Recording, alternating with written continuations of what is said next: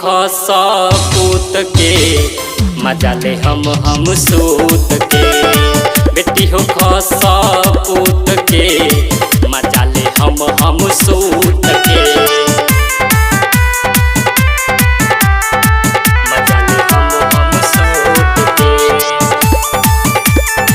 मजा ले मजा ले।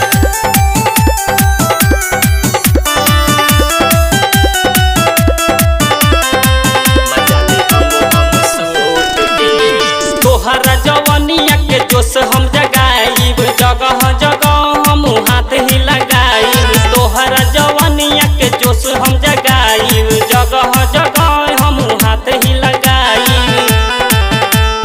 जानतानी बेटी बारू दूत के बेटी हो खसा पूत के मजा ले हम सूत के। बेटी हो खसा पूत के मजा ले हम सूत के। मजा ले हम सूत के।